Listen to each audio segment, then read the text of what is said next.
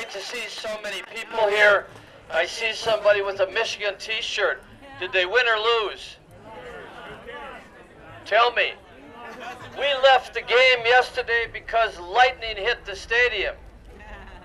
Lightning hit the stadium. Or the threat of lightning was enough to evacuate the entire stadium. The week before in California, half the state was burning.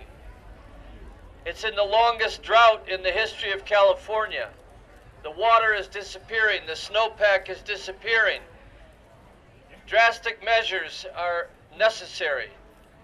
The march today could not be at a more important time, and I want to first of all salute the young people, the students from places like Michigan who have put together this great movement to reverse climate change.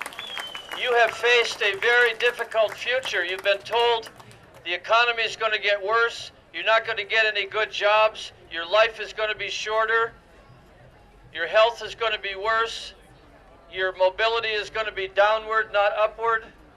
But it really doesn't matter that much because the world is going to end anyway, right? No! No young people that I've ever been around have accepted such a prognosis for their future. It is inevitable and historic and wonderful that so many millions of young people have gone into the streets, have organized against climate change, are trying to get divestment from their universities, are trying to put an end to the fossil fuel era, and at a time when the old anti-war movement needs to be at your back, because we all know that it's a crazy idea to use fuel to start fires, to attack other countries in order to get more fuel and more gas in order for the machine to go on. So generations are together here. Movements against war, against nuclear weapons, against the fossil fuel industry are coming together. And I'm so delighted to march with you. In 1979, I was the solar energy chairman for the state of California under a very young man named Governor Jerry Brown. It's kind of difficult to believe that I was the head of the solar energy agency 40 years ago for a governor who's still back and going to the United Nations as a featured leader in the global movement to reduce greenhouse gas emissions. California is a green global model. We are not into a nuclear future. We say no to Jeffrey Sachs and the representatives who are proposing that the UN adopt a robust nuclear component in its plan for saving the planet from what? We want to know. Secondly, we have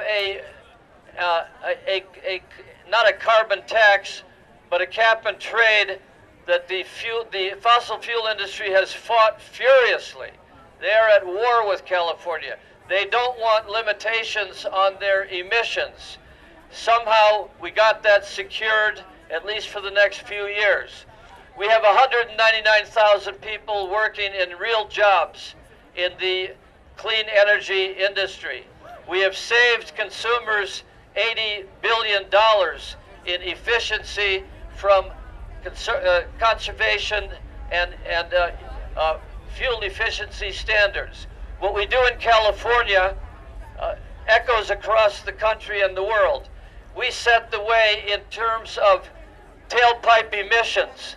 It took 30 years before those were adopted on the federal level. What starts in California doesn't end in California.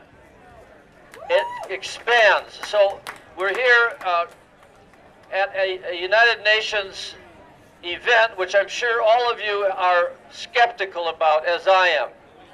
These climate treaties have failed before.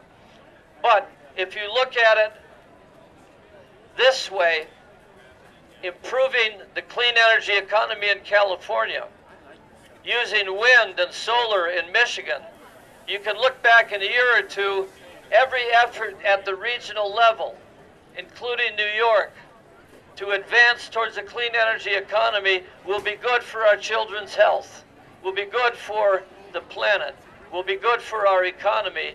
And I think that we will get there because the leadership of this generation is already showing the way and already refusing to settle for less than a totally safe planet. Thank you very much for coming, and let's march.